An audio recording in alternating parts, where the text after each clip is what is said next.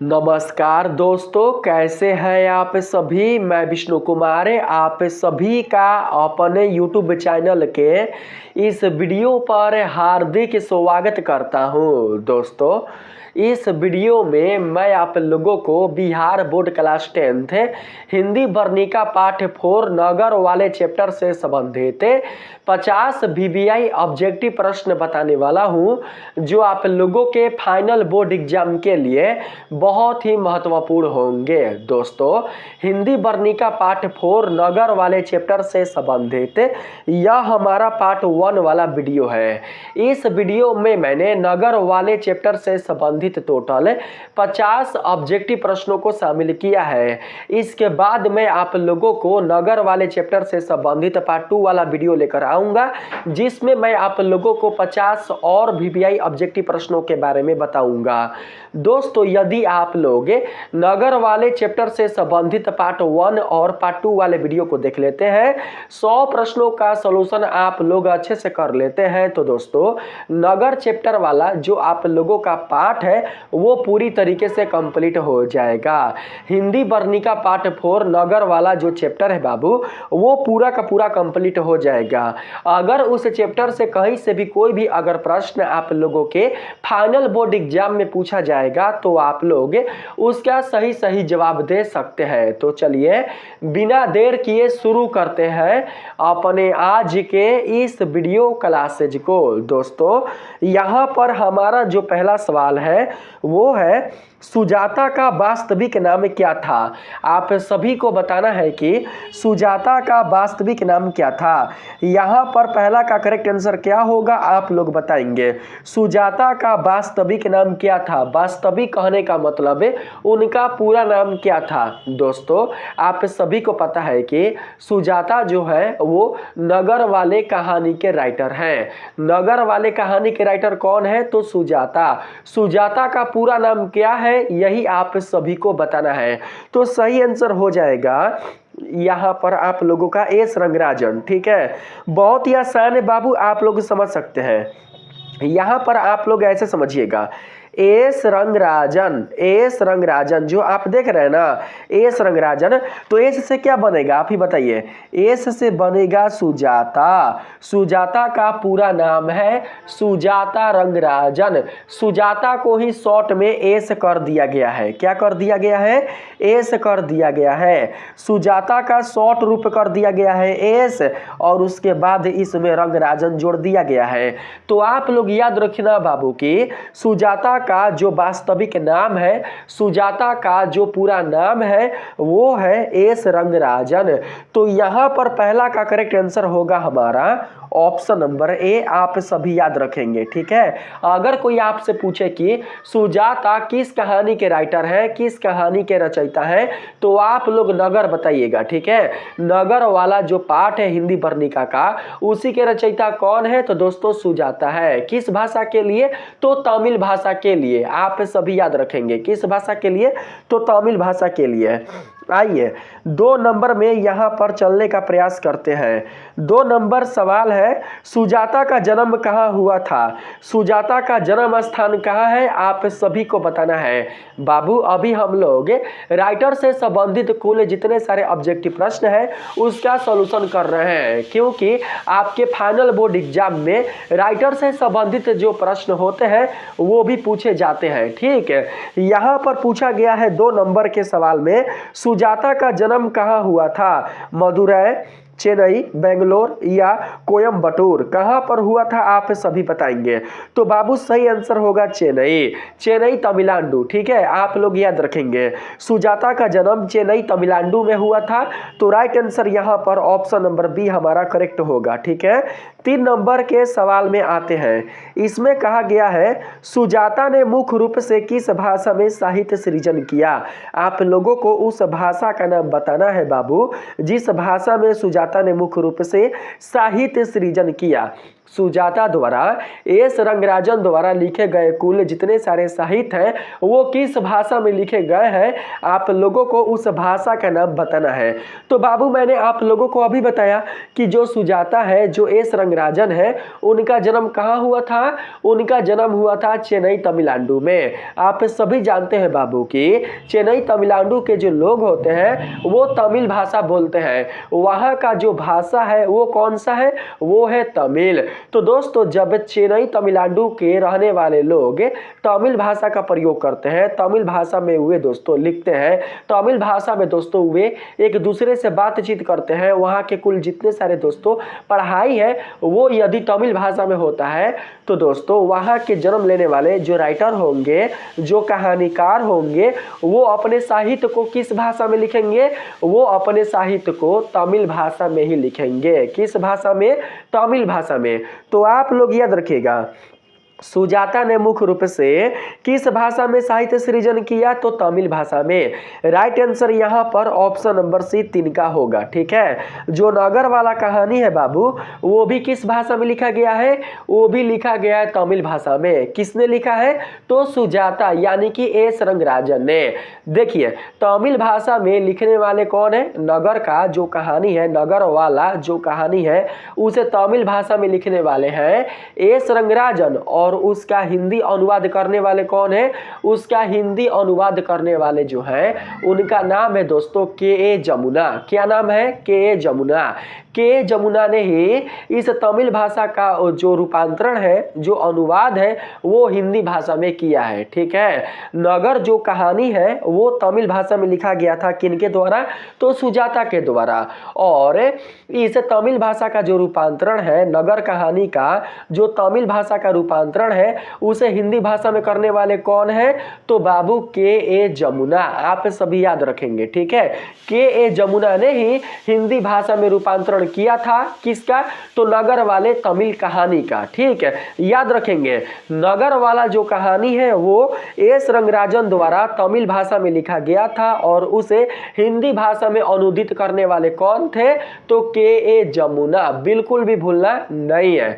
चलिए अगले प्रश्न पर आते हैं। यहाँ पर अगला सवाल है, सुजाता की किस कृति को विशेष ख्याति मिली? आप सभी को उस कृति का नाम बताना है सुजाता द्वारा लिखा गया जिसे विशेष रूप से ख्याति मिली थी, जिसे विशेष रूप से दोस्तों उसे सम्मान मिला था, यानी कि वो ज्यादा मात्रा में प्रचलित हो पाया था। तो राइट आंसर यहाँ पर हो जाएगा हमारा 4 का ऑप्शन नंबर ए, करेललान सेनबकप्पू। क्या होगा? करेललान सेनबकप्पू। ऑप्शन नंबर ए बिल्कुल राइट आंसर होगा। अगर आपके फाइनल एग्जाम में प्रश्न आए सुजाता की किस कृति को विशेष ख्याति मिली, तो बाबू आप लोग बताना करेललान सेनबकप्पू। याद रखेंगे इनमें से कोई भी राइट आंसर नहीं होगा। ना ही होगा तुलनात्मक व्याकरण, ना ही होगा ब्राउनीय गति सिद्धांत, और ना ही होगा निजाम लेडी तंबाकू। 4 का बिल्कुल राइट आंसर होगा हमारा ऑप्शन नंबर ए। आप सभी याद रखेंगे। आइए 5 नंबर सवाल में बढ़ते हैं। इसमें कहा गया है नगर सुजाता कहानी का अनुवाद किसने किया है?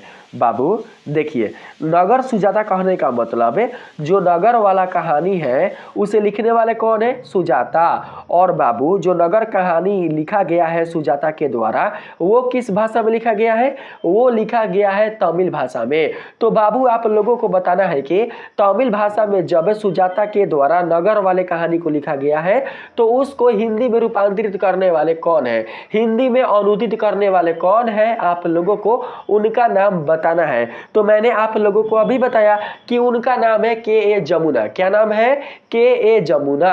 तो करेक्ट आंसर यहाँ पर होगा हमारा ऑप्शन नंबर बी। आप सभी याद रखेंगे ऑप्शन नंबर बी 5 का बिल्कुल राइट आंसर होगा। ठीक है, एस रंगराजन बिल्कुल भी नहीं होगा। सुजाता का पूरा नाम ही एस रंगराजन है। रंगराजन बाबू क्या है? रंगराजन इनका अंतिम नाम है। ठीक है, कैसे हम लोगों का होता है, जैसे कि मेरा नाम है विष्णु कुमार, ठीक है। तो यहाँ पर विष्णु हो गया मेन नाम और कुमार हो गया बाबू हम लोगों का अंतिम नेम, ठीक है। तो यहाँ पर ठीक इसी प्रकार से इनका अंतिम जो नाम है वो है रंगराजन और जो मेन नाम है, ठीक है, वो क्या है तो सुजाता। सुजाता का जो पहला लेटर अंग्रेजी में एस होता है उसी को शॉर्ट कर दिया गया है, तो हो गया एस रंगराजन। तो आप लोग कभी भी भूल नहीं कर सकते हैं कि एस रंगराजन किस कवि का नाम है। आप लोग दोस्तों बता सकते हैं कि एस रंगराजन सुजाता कवि का ही नाम है। तो दोस्तों आप लोग याद रखिएगा, प्रश्न ऐसे भी पूछ सकता है कि एस रंगराजन किस कवि का वास्तविक नाम है, ठीक है। तो बाबू आप लोग बताना सुजाता का, ठीक है। ऑप्शन नंबर ए बिल्कुल राइट आंसर होगा। किसके लिए? उस प्रश्न के लिए, इसके लिए नहीं। इसके लिए राइट आंसर होगा के ए जमुना। हिंदी भाषा में रूपांतरित करने वाले कौन है? तो के ए जमुना। सभी याद रखेंगे। आइए 6 नंबर के सवाल में बढ़ते हैं।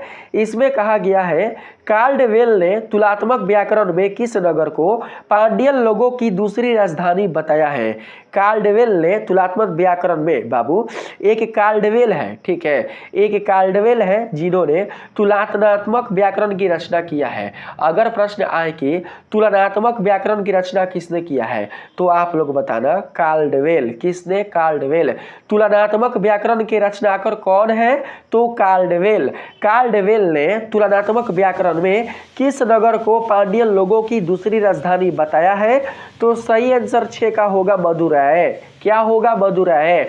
जो कार्डवेल है उन्होंने अपने तुलनात्मक व्याकरण में मदुरै नगर को ही पांडियन लोगों की दूसरी राजधानी बताया है।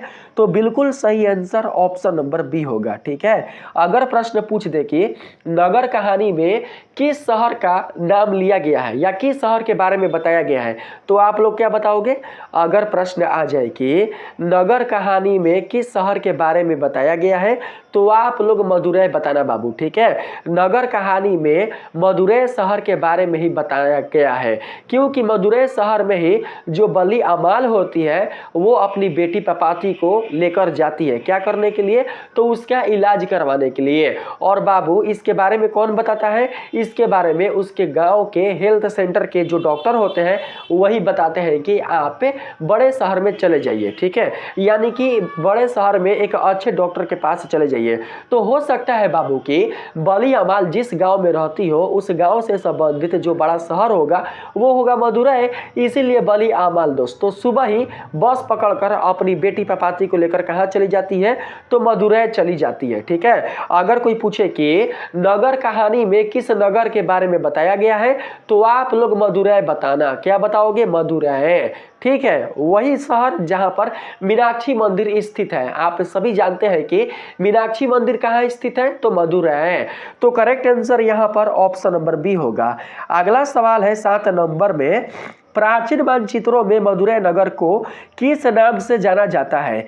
प्राचीन मानचित्रों में मदुरै नगर को किस नाम से जाना जाता है? दोस्तों मैं आप लोगों से अनुरोध करता हूं कि आप लोग ऑब्जेक्टिव प्रश्नों का सॉल्यूशन तभी करें, आप लोग ऑब्जेक्टिव प्रश्नों वाला वीडियो तभी देखें जब आप लोग बाबू चैप्टर को अच्छे से पढ़ लें। नगर से संबंधित हिंदी वर्णिका का जो चैप्टर 4 है उसे अगर आप लोग बढ़िया से पढ़ लीजिएगा, उसका अध्ययन अच्छे से कर लीजिएगा तो दोस्तों आप लोगों को ऑब्जेक्टिव प्रश्नों का सॉल्यूशन करने में बहुत ही सरलता होगी। आप लोग दोस्तों हर एक प्रश्न का जो उत्तर है उसे आप इजीली बता सकते हैं। मैं आपके सामने जो भी प्रश्न प्रस्तुत कर रहा हूं उन प्रश्नों का उत्तर आप लोग दोस्तों झट से बता सकते हैं, बिना कोई संकोच के, बिना कोई दोस्तों आप लोग प्रॉब्लम किए ही आप लोग हर एक प्रश्न का उत्तर बता सकते हैं। कब? जब आप लोग नगर वाले कहानी को अच्छे से पढ़ लीजिएगा, उसका अध्ययन कर लीजिएगा तब। दोस्तों सबसे पहले आप लोग नगर कहानी को अच्छे से पढ़ लीजिए, उससे जो शिक्षा आपको मिलती है उसे बाबू पहले आप लोग ग्रहण कर लीजिए। नगर वाले कहानी को अच्छे से पढ़िए, उसे समझिए और जो उससे शिक्षा मिलती है उसे आप लोग दोस्तों अर्जित कीजिए, ठीक है। और अर्जित करके तब जाकर आप लोग ऑब्जेक्टिव प्रश्नों का सॉल्यूशन कीजिए, ठीक है। चलिए यहां पर हम चलते हैं, यहां पर आंसर में देखिए, प्राचीन मानचित्रों में मदुरै नगर को जाना जाता है किस नाम से? तो मथुरा के नाम से। किस नाम से? मथुरा के नाम से। 7 का यहां पर करेक्ट आंसर क्या होगा? तो ऑप्शन नंबर ए। आप सभी याद रखेंगे प्राचीन मानचित्रों में मदुरै नगर को मथुरा के नाम से जाना जाता है। किस नाम से? मथुरा के नाम से। और अंग्रेजों के समय में मदुरै को किस नाम से जाना जाता है? जब अंग्रेज मदुरै शहर में थे तो उस समय मदुरै को जाना जाता था मदुरा के नाम से।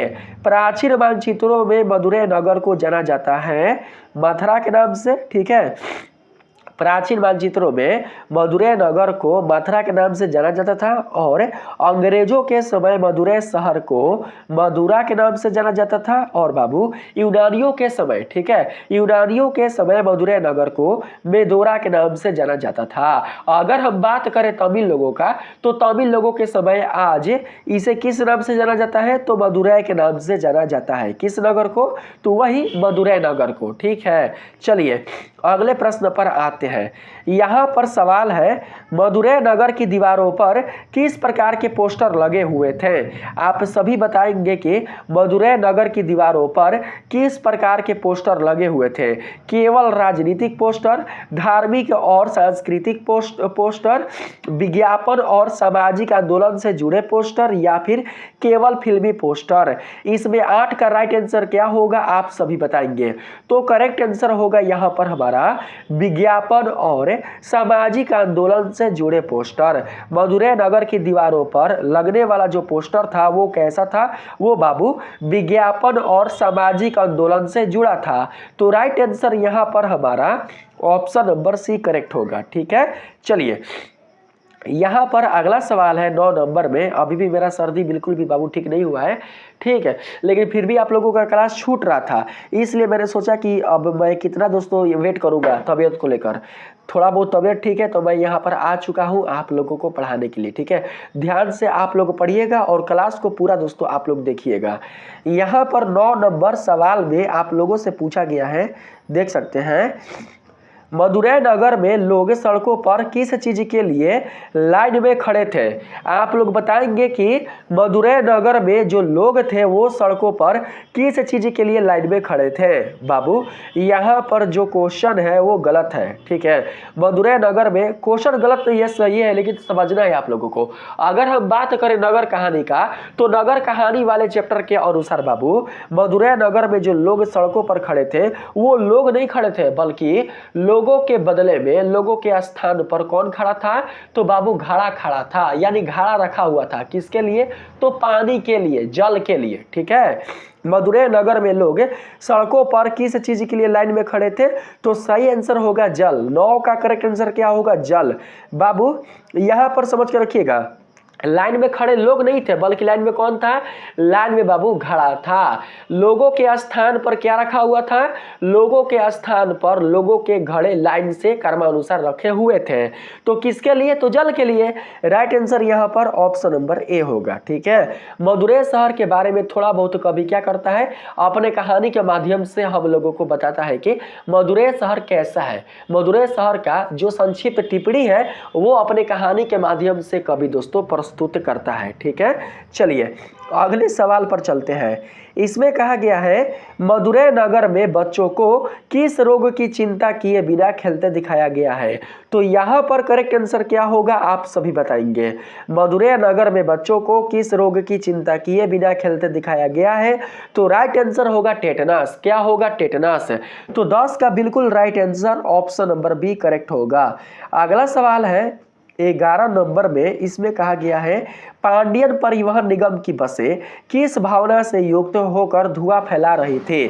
पांडियन परिवहन निगम की बसें किस भावना से युक्त होकर धुआं फैला रही थी? स्वदेशी भावना से, विदेशी भावना से, पर्यावरण संरक्षण भावना से या फिर आत्मनिर्भरता भावना से? सही आंसर क्या होगा आप सभी बताएंगे 11 का। ठीक है, 11 का सही आंसर क्या होगा? तो स्वदेशी। पांडियन परिवहन निगम की बसें स्वदेशी भावना से युक्त होकर धुआं फैला रही थी। तो करेक्ट आंसर 11 का हमारा हो जाएगा ऑप्शन नंबर ए। अगला सवाल है 12 नंबर में। पुलिस वालों को किस सिद्धांत का पालन करता हुआ दिखाया गया है? नगर वाले कहानी में पुलिस वालों को किस सिद्धांत का पालन करता हुआ दिखाया गया है बताएंगे। ठीक है, कवि ने पुलिस वालों को किस सिद्धांत से जोड़ा है आप सभी बताएंगे। न्यूटन का गति सिद्धांत, ब्राउनीय गति सिद्धांत, आर्किमिडीज सिद्धांत या फिर सापेक्षता का सिद्धांत।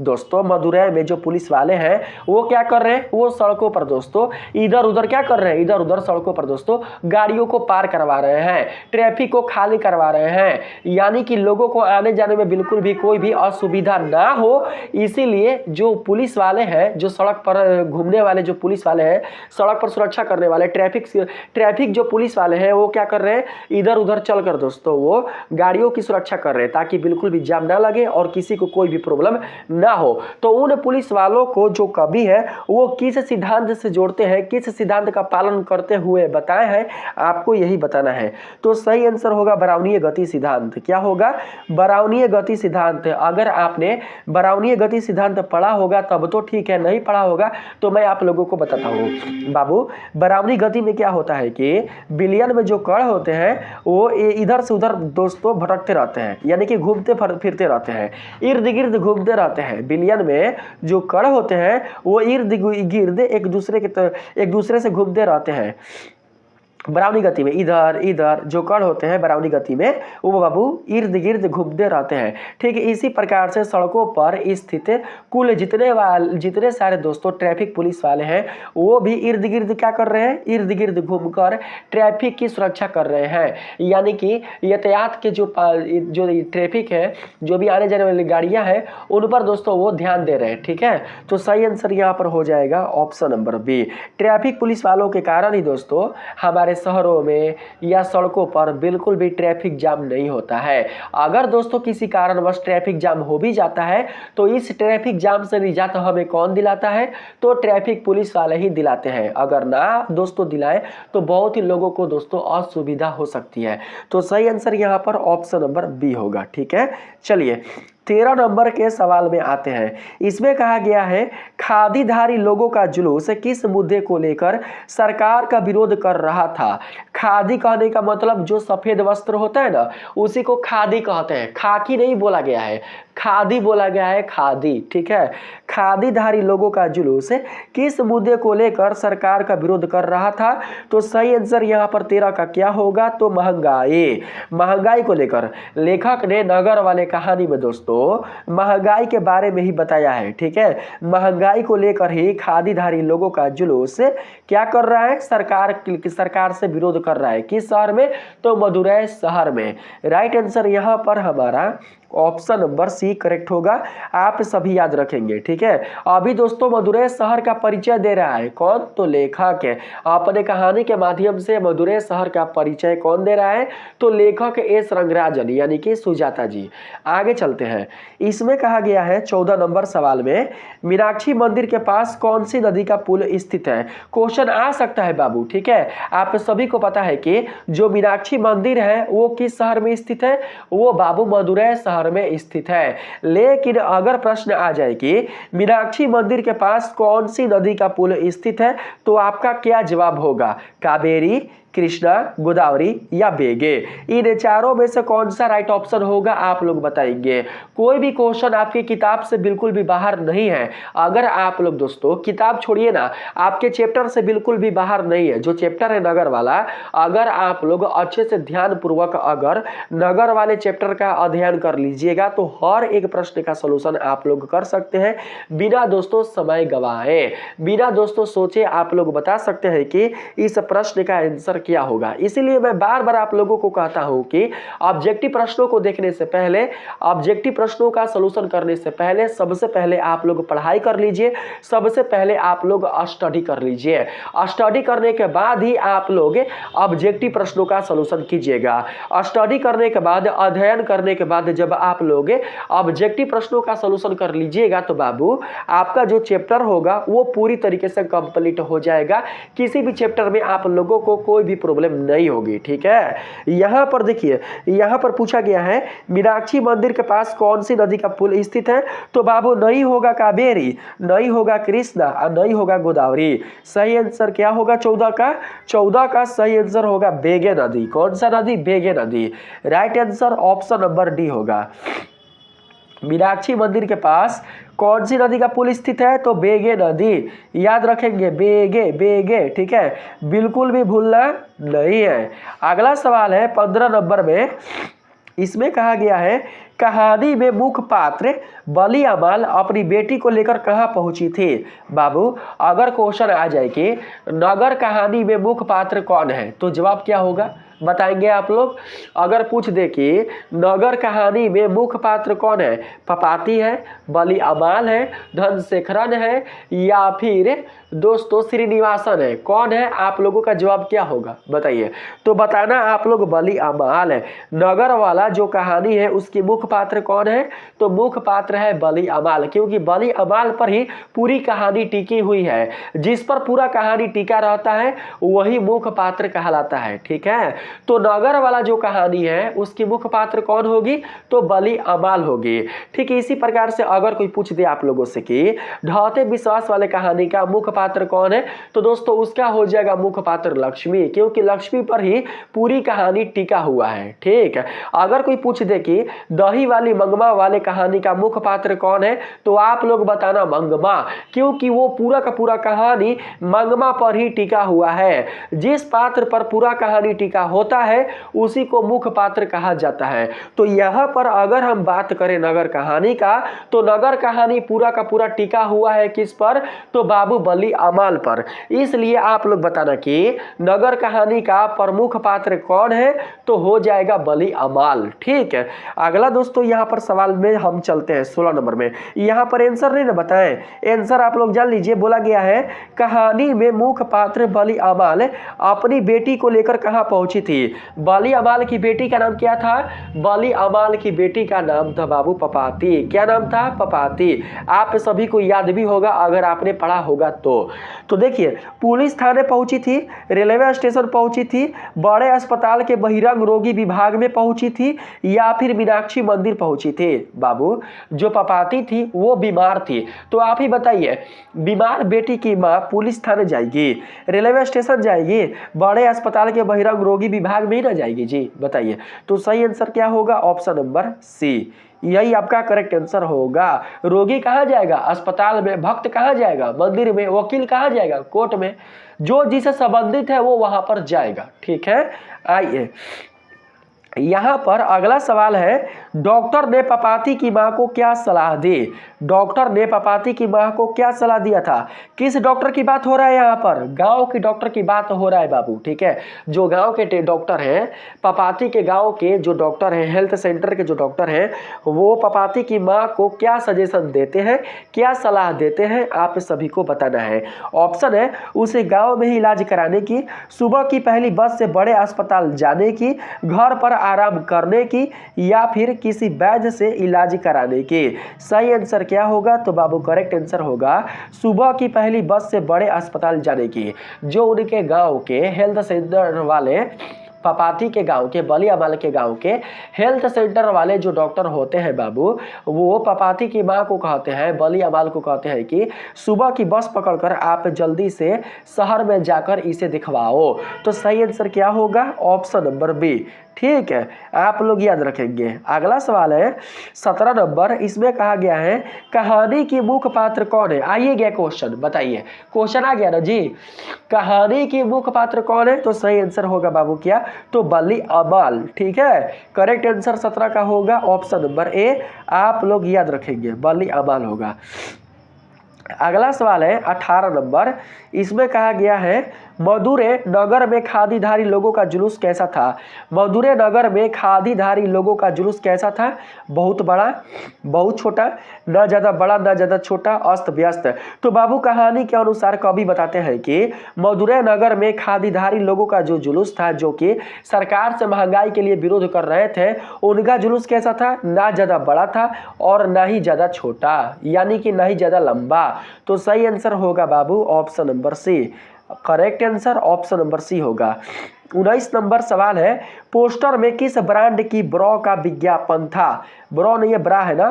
पोस्टर में किस ब्रांड की ब्रा का विज्ञापन था। तो एके ब्रांड, याद रखिएगा एके ब्रांड। 19 का करेक्ट आंसर होगा हमारा option number A, AK brand. अगला सवाल है 20 नंबर में। इसमें कहा गया है कहानी का मुख्य विषय क्या है। कहानी का मुख्य विषय बाबू मदुरै नगर का सामाजिक और आर्थिक परिदृश्य है, मीनाक्षी मंदिर का महत्व है, सरकारी योजनाओं की समीक्षा है, या फिर स्वतंत्रता संग्राम है। कहानी का मुख्य विषय क्या है आप सभी बताएंगे। तो सही आंसर होगा यहाँ पर 20 का मदुरै नगर का सामाजिक और आर्थिक परिदृश्य। कहानी का जो बाबू मुख्य विषय है वो क्या है, मदुरै नगर का सामाजिक और आर्थिक परिदृश्य। परिदृश्य होगा, परिदृश्य नहीं होगा, परिदृश्य होगा। ठीक है, मिस्टेक से बोला गया था बाबू। सही आंसर होगा हमारा ऑप्शन नंबर ए। अगला सवाल है 21 नंबर में। इसमें कहा गया है पपाती की उम्र कितनी थी। पपाती की उम्र कितनी थी बाबू, बताएंगे आप सभी। पपाती की उम्र कितनी थी, 10 साल, 12 साल, 14 साल या 16 साल। पपाती की उम्र थी बाबू कितनी, तो 12 साल। कितनी, तो 12 साल। करेक्ट आंसर होगा ऑप्शन नंबर बी। पपाती की उम्र 12 साल थी। ठीक है, अपने माथे पर क्या लगाई हुई थी, अपने माथे पर बाबू विभूति लगाई हुई थी। ठीक है, आड़ा तिलक का जो बाबू होता है ना, आड़े तिलक का बाबू विभूति वो अपने माथे पर लगाई हुई थी। उसके दोनों जो नाक थे वो कैसे थे, वो बाबू छेदे हुए थे। नाकों में उसने क्या लगाया हुआ था, नाकों में उसने नगीना लगाया हुआ था। सामान और सस्ता, ठीक है, ना कि महंगा, सामान और सस्ता। लेखक कहना चाहते हैं कि जो पपाती है वो अपने नाकों के दोनों ओर, ठीक है, दोनों ओर बाबू क्या है, नाक उसका छेदा हुआ है। पपाती के नाक के दोनों ओर छेद थे और नाकों के छेद में सामान और सस्ता नगीना लगा हुआ था, जो कि हॉस्पिटल के लाइट में चमक रहा था। उसे घेरने वाले डॉक्टर कितने थे, पपाती को चारों तरफ से घेरने वाले डॉक्टरों की संख्या कितनी थी, तो बाबू 6 थी। अगर क्वेश्चन आ जाए कि पपाती को कुल कितने डॉक्टरों ने घेर रखा था, तो आपका जवाब क्या होगा, 6। ठीक है, आप सभी याद रखेंगे 6 डॉक्टरों ने पपाती को घेरा हुआ था। ठीक है, जो बड़े डॉक्टर होते हैं वो क्या करते हैं, बड़े डॉक्टर जो होते हैं वो बाबू पहले पपाती की आंखों के पलकों को उठाकर देखते हैं। पपाती की जो आंखें होती हैं उसके पलकों को उठाकर देखते हैं।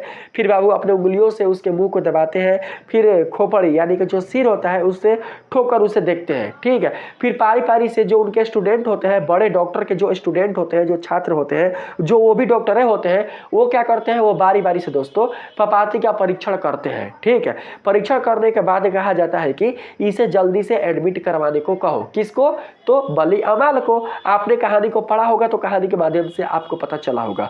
तो दोस्तों अगर हम बात करें पपाती के बाबू चरित्र का, पपाती के अगर हम बात करें इसके वेशभूषा का, तो पपाती बाबू कैसी थी, पपाती बाबू 12 साल की एक लड़की थी जिसकी माँ कौन थी, तो बली अमाल। ठीक है, याद रखेंगे बली अमाल की बेटी थी पपाती और वो बीमार थी। पहले दिन उसको क्या था, पहले दिन उसको बाबू बुखार था। बिल्कुल भी भूलना नहीं है, पपाती को पहले दिन बुखार होता है। पपाती की माँ यानी कि बली अमाल क्या करती है कि अपने गाँव के हेल्थ सेंटर के डॉक्टर से दिखवाती है। हेल्थ सेंटर का जो डॉक्टर होता है वो पपाती की माँ को कहता है कि जल्दी से सुबह का बस पकड़कर तुम इसे बड़े अस्पताल में दिखाओ।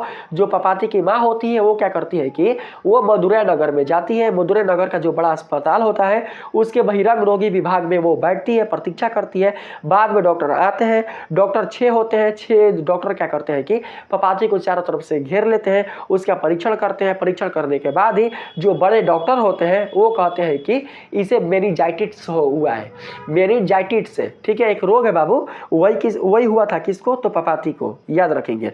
अगर क्वेश्चन आ जाए कि पपाती को कौन सा रोग था? तो आपका जवाब क्या होगा? मेनिनजाइटिस। आप सभी याद रखेंगे, ठीक है। चलिए अगले सवाल पर आते हैं। 12 साल यहाँ पर करेक्ट आंसर होगा, ऑप्शन नंबर बी। अगला सवाल है 22 नंबर। पपाती के नाक में क्या था? तो मैंने बताया ना आप लोगों को, नगीना, मामूली नगीने जड़ी लौंग, यही होगा। सोने की लौंग, चांदी की लौंग, हीरे की लौंग, मामूली नगीने जड़ी लौंग। यहाँ पर सही आंसर होगा ऑप्शन नंबर सी, मामूली यानी कि सामान्य सस्ती नगीने जड़ी लौंग। 22 का बिल्कुल right answer option number C होगा, याद रखेंगे। अगला सवाल है 23 नंबर में। अस्पताल में पपाती को किस स्थिति में दिखाया गया है? अस्पताल में पपाती को बाबू किस स्थिति में दिखाया गया है? तो बेहोश की स्थिति में। जब डॉक्टर पपाती का परीक्षण कर रहे थे, जो पपाती है बाबू वो कहाँ पर लेटी हुई थी? अस्पताल में पपाती कहाँ पर लेटी हुई थी? तो स्ट्रेचर पर, ठीक है। स्ट्रेचर यानी कि जो बाबू सोने वाला होता है ना, जब उसमें चक्का रहता है तो उसको स्ट्रेचर कहते हैं। जिस सोने वाले बेड में चक्का लगा रहता है उसको कहा जाता है? स्ट्रेचर। तो जिस स्ट्रेचर पर पपाती सोई हुई थी वो बाबू किस अवस्था में थी? पपाती किस अवस्था में थी? तो बाबू बेहोश की हालत में थी, बेहोश की अवस्था में थी। तो सही आंसर होगा यहाँ पर बेहोशी की हालत में, ठीक है। पपाती कैसी हालत में थी? तो बेहोशी की हालत में। सही आंसर ऑप्शन नंबर बी होगा। अगला सवाल है, डॉक्टरों की संख्या कितनी थी जो पपाती को घेरे खड़े थे? तो मैंने बताया ना, 6 डॉक्टर पपाती को चारों ओर से घेरे थे, ठीक है। चारों ओर से घेरे खड़े थे, तो राइट आंसर यहाँ पर ऑप्शन नंबर बाबू सी होगा आपका, ठीक है। अगला सवाल है 25 नंबर में। इसमें कहा गया है, बड़े डॉक्टर कहाँ से शिक्षा प्राप्त करके लौटे थे? बड़े डॉक्टर कहाँ से शिक्षा प्राप्त करके लौटे थे? तो बाबू हो जाएगा विदेश, यानी कि लंदन, लंदन, ठीक है। विदेश, विदेश से बोलो ना जी, देश से जो बाहर का देश होता है, हमारे देश से जो बाहर का देश होता है उसे विदेश ही कहा जाता है। बी का मतलब होता है दूसरा। तो बाबू दूसरे देश से, अपने देश से बिल्कुल भी ना, दूसरे देश से शिक्षा प्राप्त करके कौन लौटे थे? तो एमडी डॉक्टर, बड़े डॉक्टर जो स्नातकोत्तर विद्यार्थियों को पढ़ाया करते थे। जिन विद्यार्थियों ने ग्रेजुएशन फाइनल कर लिया है उन विद्यार्थियों को बाबू वो पढ़ाते थे। कौन? तो बड़े डॉक्टर, ठीक है। तो सही आंसर क्या होगा यहाँ पर? Option number B. बड़े डॉक्टर कहाँ से शिक्षा प्राप्त करके लौटे थे? तो विदेश। आप सभी याद रखना। अगला सवाल है 26 नंबर में। इसमें कहा गया है, बोला नहीं जा रहा बाबू सर्दी से, समझिएगा। बड़े डॉक्टर क्या थे? बड़े डॉक्टर बाबू एक प्रोफेसर थे, नहीं थे जूनियर डॉक्टर, नहीं थे नर्सिंग स्टाफ, नहीं थे बाबू सर्जन। क्या थे? प्रोफेसर थे, प्रोफेसर। डॉक्टर होने के साथ साथ बाबू वो स्टडी भी करवाते थे, वो अध्ययन भी करवाते थे, पढ़ाते भी थे। उनके आसपास जो भी डॉक्टर थे वो उनके छात्र थे। किनके? तो बड़े डॉक्टर के। तो सही आंसर यहाँ पर होगा ऑप्शन नंबर सी, आप सभी याद रखेंगे। अगला सवाल है 27 नंबर में। इसमें कहा गया है, बड़े डॉक्टर ने पपाती का परीक्षण कैसे किया? बड़े डॉक्टर ने पपाती का परीक्षण कैसे किया? तो मैंने आप लोगों को भी बताया, बड़े डॉक्टर ने पपाती का परीक्षण किया था। कैसे? तो खोपड़ी को ठोककर, गालों को उंगलियों से दबाकर, सिर घुमाकर और आंखों की पलकों को उठाकर, तीनों होगा, ठीक है। पपाती की आंखों की पलकों को उठाकर, सिर घुमाकर, खोपड़ी को ठोककर और अपनी उंगलियों से उसके गालों को दबाकर उन्होंने क्या किया था? उन्होंने पपाती का परीक्षण किया था, उसकी जांच किया था, तभी जाकर उन्होंने बताया था कि इसे मेनिंजाइटिस हुआ है। तो सही आंसर क्या होगा? ऑप्शन नंबर डी, आप सभी याद रखेंगे। अगला सवाल है 28 नंबर में। इसमें कहा गया है, बड़े डॉक्टर ने पपाती की बीमारी को क्या बताया? तो मैंने आप लोगों को भी बताया, मेनिंजाइटिस। क्या बताया था बाबू? मेनिंजाइटिस। परीक्षण करने के बाद, पपाती का परीक्षण अच्छे से करने के बाद बड़े डॉक्टर ने पपाती की बीमारी को बताया था मेनिंजाइटिस। तो सही आंसर होगा ऑप्शन नंबर सी। और इस केस को वो किसको दे देते हैं? इस केस को बाबू वो धनशेखरन को दे देते हैं। किसको? धनशेखरन पाल को। तो राइट आंसर यहाँ पर ऑप्शन नंबर सी होगा। धनशेखरन पाल भी एक डॉक्टर ही होते हैं, उसी को इस केस को देखने को कह देते हैं। और धनशेखरन जो पाल डॉक्टर होते हैं वो कहते हैं कि इस केस को मैं स्वयं देखूंगा, ठीक है। तो सही आंसर यहां पर ऑप्शन नंबर सी होगा, आप लोग याद रखेंगे। अगला सवाल है 29 नंबर में। इसमें कहा गया है डॉक्टरों ने पपाती की आंखों की जांच किस उपकरण से किया। बाबू जो 6 डॉक्टर थे उन्होंने बारी बारी से, ठीक है, स्टेप बाय स्टेप करके पपाती की आंखों की जांच बाबू एक उपकरण से किया था, एक यंत्र से किया था। आप लोगों को उस यंत्र का नाम बताना है कि उस यंत्र का नाम क्या है। तो सही आंसर होगा बाबू यहाँ पर क्या बताइए, देखिए स्टेथोस्कोप है ना, उससे बिल्कुल भी आंखों की जांच नहीं होता है, धड़कन की जांच होता है, ठीक है, धड़कन का, हृदय का और भी किसी अंग का जांच होता है, लेकिन स्टेथोस्कोप से बाबू बिल्कुल भी आंखों की जांच नहीं होती है। स्टेथोस्कोप वही नहीं होता है बाबू, यहाँ पर दुगो कानों में लगाया जाता है ईयरफोन जैसा, और यहाँ पर बाबू रहता है वो, यही पर हृदय पर लगा कर देखा जाता है, सुना जाता है। बताइए इसी को कहा जाता है स्टेथोस्कोप, जिसको हम लोग आम भाषा में आला बोलते हैं। क्या बोलते हैं? आला। ठीक है, यहाँ पर अगर हम बात करें एक्सरे मशीन का, तो बताइए आंखों की जांच के लिए एक्सरे मशीन लगेगा वहां पर, जहां पर डॉक्टर बाबू उसका परीक्षण कर रहे थे, तो क्या वहां पर एक्सरे मशीन लगेगा कि बाबू इसके लिए क्या करना पड़ेगा, पेशेंट को एक्सरे वाले रूम में जाना पड़ेगा, तब ना एक्सरे मशीन से वहां पर उसका जांच होगा। बताइए, तो एक्सरे मशीन भी नहीं होगा। थर्मामीटर, अखिया में थर्मामीटर घुसा के फोड़ेगा उसका अखिया? बताइए, थर्मामीटर घुसा के अखिया फोड़ेगा? एगो तो पहले ही से बीमार है, बुखार उसको लगा है, अखियों फोड़ देगा तो और बेकाम हो जाएगी, बेलचार हो जाएगी। सही आंसर क्या होगा? ऑफ्थल्मोस्कोप। ऑफ्थल्मोस्कोप याद रखेगा आप सभी, ठीक है, ऑफ्थल्मोस्कोप बाबू बिल्कुल राइट आंसर होगा। डॉक्टरों ने पपाती की आंखों की जांच ऑफ्थल्मोस्कोप से किया था, तो राइट आंसर यहाँ पर ऑप्शन नंबर बी करेक्ट होगा। अगला सवाल है 30 नंबर में, इसमें कहा गया है पपाती को एडमिट करने की सलाह किसने दी? पपाती को एडमिट करने की सलाह बाबू देने वाले कौन थे? तो बड़े डॉक्टर। 30 का बिल्कुल राइट आंसर होगा हमारा ऑप्शन नंबर सी, बड़े डॉक्टर ने ही पपाती को एडमिट करने की सलाह दी थी, बिल्कुल भी भूलना नहीं है, ठीक है। और यह सलाह किसको दी थी?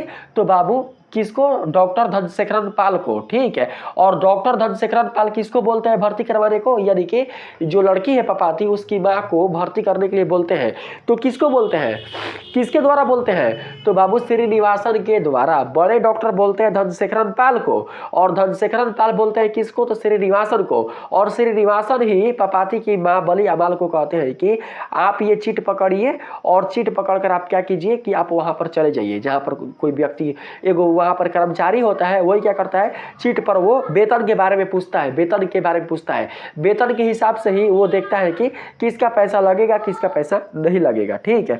तो सही आंसर होगा ऑप्शन नंबर सी, आप लोग याद रखेंगे। अगला सवाल है, बली अमाल ने डॉक्टर से कौन सा प्रश्न किया?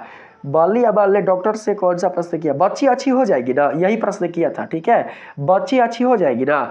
जब श्रीनिवासन कहते हैं कि आप उस लाइन में चले जाइए, आप सीढ़ियों से चले जाइए, वहां पर एक कुर्सी होगा, कुर्सी पर बैठा कोई आदमी होगा, वहां पर आप इस चिट को दे दीजिएगा। जो चिट उसे पकड़ाते हैं उस चिट को बोला, श्रीनिवासन बोलते हैं बली अमाल को कि माँ जी आप इस चिट को उसे दे दीजिएगा, ठीक है। जो वहां पर लाइन में लगे हुए कुल जितने सारे लोग हैं, वहां पर जो एक कुर्सी पर बैठा व्यक्ति है उसे आप दे दीजिएगा, ठीक है। तो बाबू उसी से प्रश्न करती है बली अमाल की बच्ची अच्छी हो जाएगी ना। तो सही आंसर होगा ऑप्शन नंबर सी, बली अमाल ने डॉक्टर से कौन सा प्रश्न किया? तो बच्ची अच्छी हो जाएगी ना। चलिए ऑप्शन नंबर सी बिल्कुल राइट आंसर होगा। अगले प्रश्न पर आते हैं, इसमें कहा गया है डॉक्टर धनशेखरन ने किसे पपाती के केस की जिम्मेदारी सौंपी? डॉक्टर धनशेखरन ने किसे पपाती के केस की जिम्मेदारी सौंपी? तो श्रीनिवासन को। याद रखेंगे किसको बाबू? श्रीनिवासन को। मैंने आप लोगों को अभी बताया, क्वेश्चन को बताने से पहले मैंने आप लोगों को बता दिया था कि डॉक्टर धनशेखरन ने पपाती की केस की जिम्मेदारी किसको सौंपी थी? तो श्रीनिवासन को। जो बड़े डॉक्टर थे उन्होंने पपाती का केस किसको दिया? तो डॉक्टर धनशेखरन को। और डॉक्टर धनशेखरन ने पपाती का केस किसको दिया? तो बाबू श्रीनिवासन को। तो सही आंसर हो जाएगा ऑप्शन नंबर सी, ईडी को दिया था, ठीक है, पपाती के केस की जिम्मेदारी। तो सही आंसर आप लोग श्रीनिवासन को समझना। अगला सवाल है, डॉक्टरों को किसके चारों ओर खड़ा दिखाया गया है? तो पपाती। डॉक्टरों को किसके चारों ओर खड़ा दिखाया गया है? तो बाबू पपाती। बली अमाल के चारों ओर खड़ा होंगे? बताइए। श्रीनिवासन के चारों ओर खड़ा होंगे? श्रीनिवासन। 33 का बाबू कोई श्रीनिवासन ही तो नहीं ना होगा। नहीं होगा, नहीं होगा। अस्पताल के निदेशक नहीं होगा, पपाती होगा, पपाती। पपाती के चारों ओर डॉक्टर बाबू घेरे हुए खड़े थे, तो सही आंसर होगा पपाती, ऑप्शन नंबर बी। अगला सवाल है 34 नंबर में, इसमें कहा गया है बड़े डॉक्टर की तुलना किससे की गई है? तो बाबू बड़े डॉक्टर की तुलना की गई है मंत्री से। किससे? मंत्री से। 34 का बिल्कुल right answer option number B. मंत्री की तरह बड़े डॉक्टर क्या करते हैं? भीड़ को हटाकर वो चले जाते हैं, क्योंकि बड़े डॉक्टर को वहां के जो लोग होते हैं वो क्या करते हैं? वो घेर लेते हैं, और बड़े डॉक्टर क्या करते हैं कि मंत्री की तरह लोगों को अनदेखा करते हुए वो चले जाते हैं। ठीक है, तो सही आंसर क्या होगा? ऑप्शन नंबर बी, याद रखेंगे। अगला सवाल है 35 नंबर में, श्रीनिवासन ने बली अमाल से क्या पूछा? श्रीनिवासन ने बली अमाल से क्या पूछा? तो सही आंसर यहाँ पर क्या होगा? तुम्हारा नाम क्या है? बच्ची को क्या हुआ? तुम कहाँ से आई हो? तुम्हें किस डॉक्टर ने भेजा? तो बाबू यहाँ पर देखिए, तुम्हें किस डॉक्टर ने भेजा, ये तो बिल्कुल भी नहीं होगा। तुम कहाँ से आई हो, ये बिल्कुल भी श्रीनिवासन ने नहीं पूछा था। ठीक है, यहाँ पर बच्ची को क्या हुआ, इसे भी बाबू श्रीनिवासन ने नहीं पूछा था। पूछा था तुम्हारा नाम क्या है। चीटवा पर नाम लिखे थे ना, चीट पर नाम लिखे थे, चीट पर नाम लिखने के लिए पूछे थे। कौन? तो श्रीनिवासन, याद रखिएगा। देखिए, अगर क्वेश्चन है कि बली अमाल को चीट किसने दिया, बली अमाल को चीट किसने दिया, तो याद रखिएगा श्रीनिवासन। बली अमाल को चीट श्रीनिवासन ही देते हैं। ठीक है, और तब जाकर बली अमाल क्या करती है कि कुर्सी वाले व्यक्ति के पास जाकर उस चीट को दिखलाती है। ठीक है, ऐसे आप लोग बाबू समझ कर रखिएगा। तो जो चीट श्रीनिवासन बली अमाल को देते हैं, तो बाबू चीट देने से पहले वो बली अमाल से उसका नाम पूछते हैं। तो बली अमाल अपना नाम क्या बताती है? बली अमाल अपना नाम बताती है बली अम्मा। क्या बताती है? बली अम्मा। ठीक है, तो यहाँ पर होगा करेक्ट आंसर ऑप्शन नंबर ए। ठीक है, आप सभी याद रखेंगे। अगला सवाल है 36 नंबर, इसमें कहा गया है बली अमाल के पास अस्पताल में भर्ती करने के लिए क्या नहीं था? पैसे, मेडिकल रिपोर्ट, चीट, दवाइयाँ। बली अमाल के पास अस्पताल में भर्ती करने के लिए क्या नहीं था? तो सही आंसर हो जाएगा चीट। बली अमाल के पास अस्पताल में भर्ती करने के लिए बिल्कुल भी चीट नहीं था, तो correct answer option number C होगा। आप लोग याद रखेंगे। ठीक है, चीट के आधार पर ही कोई पेशेंट भर्ती हो सकता है, अन्यथा नहीं। अगला सवाल है श्रीनिवासन ने किससे रजिस्टर उठाने के लिए कहा? किससे? श्रीनिवासन ने किससे रजिस्टर उठाने के लिए कहा? तो बाबू देखिए, असभ्य भाषा बोले थे, अरे ओ हरामजादे रजिस्टर तो उठा। माता जी से बात करते हुए, बली अमाल से बात करते हुए वो बाबू किसी से कहते हैं कि अरे ओ हरामजादे रजिस्टर तो उठा। तो बाबू किसी अन्य व्यक्ति से कहते हैं, अस्पताल के गार्ड से, किसी अन्य व्यक्ति से, नर्स से, डॉक्टर से। डॉक्टर को तो बोल नहीं सकते हैं ऐसे, नर्स को तो बोल ही नहीं सकते हैं। तो बाबू यहाँ पर सही आंसर 37 का हो जाएगा हमारा, किसी अन्य व्यक्ति से। अस्पताल के गार्ड से भी ऐसा नहीं बोल सकते हैं। ऑप्शन नंबर सी करेक्ट होगा। ठीक है, क्योंकि बोलते हैं क्या? अरे ओ हरामजादे इस रजिस्टर को तो उठा। सही आंसर हो जाएगा बाबू ऑप्शन नंबर सी। ठीक है, याद रखेंगे। अगला सवाल है 38 नंबर में, इसमें कहा गया है बड़े डॉक्टर किस विषय के प्रोफेसर थे? तो सही आंसर हो जाएगा यहाँ पर आप लोगों का ऑप्शन नंबर बाबू सी, चिकित्सा। अब भाई देखिए, वो डॉक्टर है तो डॉक्टर किस विषय के प्रोफेसर हो गए? चिकित्सक है ना, मेडिकल है क्या ना जी। एमडी किए थे ना वो, एमडी के छात्रों को पढ़ाते थे बाबू। ठीक है, एमडी के छात्रों को पढ़ाते थे। तो यहाँ पर बाबू आप देख सकते हैं कि यहाँ पर देख सकते हैं कि जो एमडी है हमारा, वो किससे संबंधित है? तो वो बाबू चिकित्सा से ही संबंधित है। तो जो बड़े डॉक्टर होंगे वो किस विषय के प्रोफेसर होंगे? वो बाबू चिकित्सा विषय के ही प्रोफेसर होंगे। तो सही आंसर ऑप्शन नंबर सी होगा। अगला सवाल है 39 नंबर में, डॉक्टरों ने टॉर्च की रोशनी क्यों फेंकी? डॉक्टरों ने टॉर्च की रोशनी क्यों फेंकी? डॉक्टरों ने टॉर्च की रोशनी फेंक कर आंखों का परीक्षण किया था। किसका? तो पपाती का। ठीक है, सही आंसर यहाँ पर बाबू, यहाँ पर सही आंसर यह देखने के लिए कि पुतलियाँ हिलती है या नहीं। ठीक है, पपाती के आंखों की जो पुतलियाँ हैं वो हिलती है या नहीं, उसे दोस्तों उन्होंने किसकी सहायता से देखा था? तो टॉर्च की सहायता से। टॉर्च की सहायता से रोशनी फेंक कर, रोशनी फेंकने का मतलब यह हुआ कि टॉर्च बार कर उन्होंने पपाती के आंखों की जाँच किया था। तो सही आंसर 39 का हो जाएगा हमारा ऑप्शन नंबर ए। आप लोग याद रखेंगे। अगला सवाल है बाबू, अगला इसमें कहा गया है बड़े डॉक्टर ने किससे कहा कि वे इस केस को खुद देखेंगे? बड़े डॉक्टर ने किससे कहा कि वे इस केस को खुद देखेंगे? तो सही आंसर होगा डॉक्टर धनशेखरन। 40 का बिल्कुल राइट आंसर यहाँ पर होगा डॉक्टर धनशेखरन। ऑप्शन नंबर सी बिल्कुल राइट आंसर होगा। ठीक है, याद रखेंगे। अगला सवाल है 41 नंबर में, बली अमाल किसकी माँ थी? तो बहुत ही आसान क्वेश्चन है, पपाती का, आप सभी को याद है। अगला सवाल में आते हैं, इसमें कहा गया है श्रीनिवासन ने बली अमाल से क्या पूछा? श्रीनिवासन ने बली अमाल से क्या पूछा था बाबू? तो देखिए बली अमाल से क्या पूछा था, तो देखिए पेशेंट का नाम पूछे थे। 42 का सही आंसर होगा बाबू ऑप्शन नंबर ए। पेशेंट का नाम पूछने पर बोलते हैं कि जो बली अमाल है वो बोलती है कि वो मर गए, यानी कि उसे लगता है ना कि ये मेरा पति का नाम पूछ रहे हैं, ठीक है। तो सही आंसर होगा बाबू यहाँ पर ऑप्शन नंबर ए। वो बोलते हैं श्रीनिवासन, अरे तू रोगी का नाम क्या है? रोगी का नाम, तो वो क्या बताती है? रोगी का नाम बताती है पपाती। सही आंसर हो जाएगा बाबू ऑप्शन नंबर ए। श्रीनिवासन ने बली अमाल से पेशेंट का नाम पूछा, तो करेक्ट आंसर ऑप्शन नंबर ए होगा। श्रीनिवासन ने बली अमाल से उसका भी नाम पूछा था, ऐसा नहीं है कि नहीं पूछा था, उसका भी नाम पूछा था। तो बाबू यहाँ पर तो बिल्कुल भी बली अमाल का नाम तो इसमें नहीं है, लेकिन पेशेंट का नाम है, उनके पति का नाम है। तो सही आंसर यहाँ पर होगा पेशेंट का नाम, पति का नाम नहीं। पेशेंट का नाम पूछे थे और बली अमाल पति का नाम समझ लेती थी, तो बोल दी थी वो कि वो मर गए। तो सही आंसर हो जाएगा ऑप्शन नंबर ए, आप लोग समझ कर रखेंगे। अगला सवाल है, बली अमाल ने अपनी बेटी का क्या नाम बताया? बली अमाल ने अपनी बेटी का नाम बताया था बली अम्मा, ठीक है। अपनी बेटी का नाम भी वो बाबू बली अम्मा ही बता दी थी। कौन? तो बली अमाल। तो 43 का बिल्कुल राइट आंसर, बली अमाल अपनी बेटी का नाम क्या बताया? बली अम्मा। बाबू पपाती बताना, यहाँ पर सही नहीं होगा ये, पपाती जब दिया है तो पपाती ही आप बताना, ठीक है। बली अमाल ने अपनी बेटी का नाम क्या बताया? पपाती। हालांकि उससे गलती हुआ था बताने में, ठीक है, हालांकि उससे गलती हुआ था बाबू बताने में, वो बार बार बली अम्मा ही बोल रही थी, लेकिन प्रश्न पूछा गया है कि बली अमाल ने अपनी बेटी का नाम क्या बताया? तो धनशेखरन तो बताया नहीं था, विजय रंगम तो बताया नहीं था, तो बाबू यहाँ पर राइट आंसर क्या होगा? पपाती ही ना।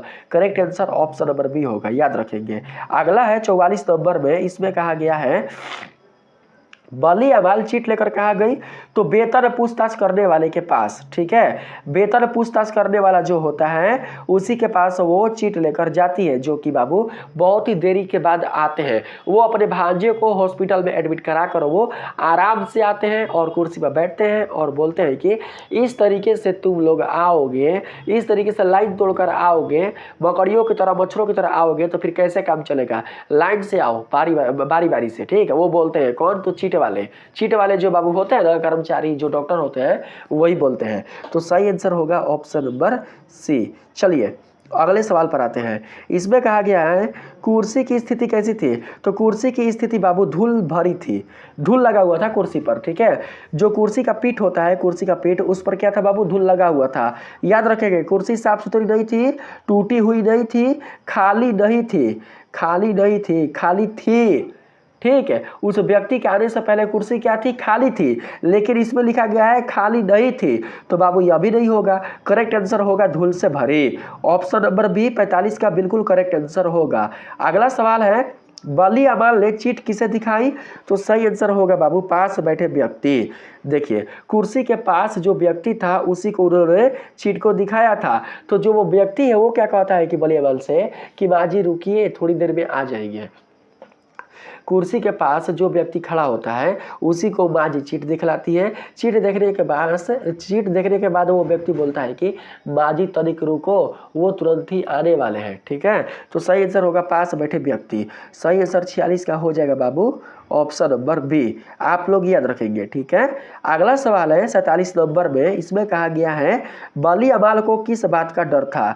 बली अमाल को बाबू डर था किस बात का? डॉक्टर की फीस देने का, अपनी बेटी को अकेले छोड़ने का, अस्पताल में भर्ती ना होने का, या फिर पुलिस से मिलने का। तो सही आंसर हो जाएगा बाबू अपनी बेटी को अकेला छोड़ने का। बली अमाल को इसी बात का डर था क्योंकि वो अपनी बेटी को अकेला छोड़कर आई थी। बली अमाल के जो पति थे वो भी बाबू डेट कर चुके थे और बली अमाल अपनी बेटी पपाती को अस्पताल में लेकर आई थी, तो बाबू वो अकेली ही आई थी, उसके साथ कोई और नहीं आया था। अस्पताल में केवल बाबू माँ और बेटी थी, एक पेशेंट था और पेशेंट के साथ बाबू एक माँ थी और कोई भी नहीं था, ठीक है। तो बाबू जो बली अमाल है वो अपनी बेटी यानी कि पपाती को छोड़कर ही क्या करती है? चीट को लेकर वो कुर्सी वाले व्यक्ति के पास जाती है, फिर वहां से वो दौड़ धूप करती है, लेकिन उतने समय तक जो पपाती होती है वो स्ट्रेचर पर ही बेहोशी हालत में लेटी हुई रहती है। उसके पास उसका खुद का कोई भी परिजन दोस्तों नहीं होता है जो उसकी रक्षा कर सके, जो उसकी देखभाल कर सके। 1.5 घंटे के बाद लौटकर क्या होती है, जो उसकी माँ बली अमाल है वो बाबू आती है पपाती के पास। बली अमाल 1.5 घंटे के बाद उसके पास आती है। ठीक है, तो सही आंसर होगा हमारा ऑप्शन नंबर बी, आप लोग याद रखेंगे। अगला सवाल है, बली अमाल के मन में कौन सा प्रश्न उठा? बली अमाल के मन में कौन सा प्रश्न उठा? यहाँ प्रतीक्षा करूं या बच्ची के पास लौट जाऊं, यही बाबू प्रश्न उठा था। ठीक है, यहाँ प्रतीक्षा करूं या बच्ची के पास लौट जाऊं। कुर्सी वाला जो व्यक्ति था वो नहीं था, तो लोग उसकी प्रतीक्षा कर रहे थे। तो बली अमाल के मन में ये आया था कि मैं यहाँ प्रतीक्षा करूं या अपनी बच्ची यानी कि बेटी के पास लौट जाऊं। तो सही आंसर यहाँ पर हमारा ऑप्शन नंबर ए बिल्कुल राइट आंसर होगा। अगला सवाल है 49 नंबर में, इसमें कहा गया है वेतन पूछताछ करने वाले सज्जन क्या कर रहे थे? तो बाबू वेतन पूछताछ करने वाले जो सज्जन थे वो नसवार ले रहे थे। क्या ले रहे थे? नसवार।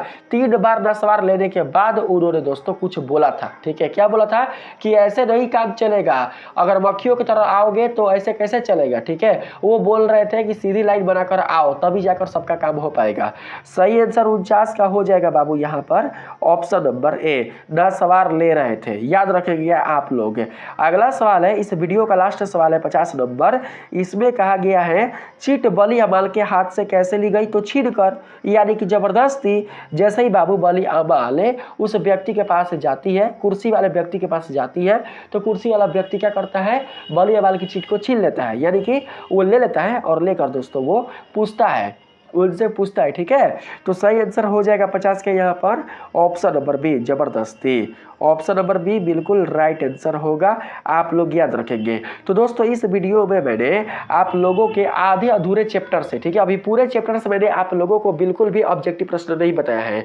आधे अधूरे जो आप लोगों का बाबू आधा पाठ है ना, नगर वाला जो पाठ है वो जो बाबू आप लोगों का आधा है, आधा जो पाठ है नगर वाला, उसी से संबंधित मैंने आप लोगों को ऑब्जेक्टिव प्रश्न बताया है। शेष जो भी बाबू आप लोगों के गध बच गए हैं नगर पाठ से संबंधित, उनसे संबंधित कुल जितने सारे ऑब्जेक्टिव प्रश्न है वो मैं आप लोगों को पार्ट 2 वाला वीडियो में बताऊंगा। ठीक है, तो बाबू पार्ट 2 वाले वीडियो को भी आप लोग ध्यान से देख लीजिएगा। उस वीडियो में आने वाले कुल जितने सारे नगर से संबंधित ऑब्जेक्टिव प्रश्न है उसका अच्छे से सॉल्यूशन कर लीजिएगा। अगर आपने नगर वाले कहानी से संबंधित 100 ऑब्जेक्टिव प्रश्नों का सॉल्यूशन अच्छे से कर लिया है तो बाबू आप लोगों को बिल्कुल भी घबराने की आवश्यकता नहीं है। ठीक है, मैं जब वीडियो डाल दूंगा बाबू, अगर आपने बाबू दोनों वीडियो को देखकर अगर आप लोग 100 ऑब्जेक्टिव प्रश्नों का सॉल्यूशन अगर आप लोग कर लेंगे तो फिर नगर वाले कहानी से संबंधित आप लोगों को बिल्कुल भी किसी भी ऑब्जेक्टिव प्रश्न में घबराने की आवश्यकता नहीं है। आप लोग किसी भी ऑब्जेक्टिव प्रश्न का जवाब दे सकते हैं नगर वाले कहानी से संबंधित। ठीक है, वीडियो अच्छा लगा है तो वीडियो को लाइक कीजिएगा, इसे शेयर कीजिएगा और साथ ही साथ दोस्तों अगर आपने अभी तक चैनल को बिल्कुल भी बेल आइकन के साथ सब्सक्राइब नहीं किया हुआ है तो जरूर से सब्सक्राइब कर लीजिएगा। मिलते हैं फिर से एक नए वीडियो के साथ, तब तक के लिए धन्यवाद।